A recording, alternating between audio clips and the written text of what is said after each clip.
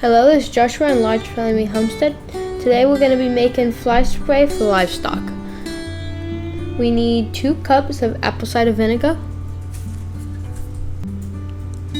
and 2 tablespoons of olive oil,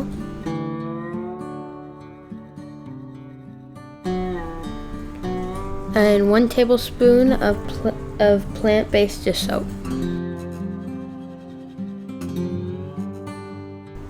And now we're going to add 3 essential oils at the bugs. We need 20 drops of each, and we're using lemongrass, peppermint, and rosemary.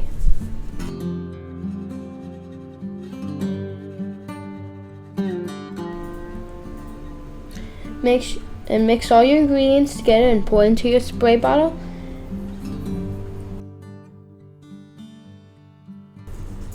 You can use this spray on cows, horses, and any other livestock animals.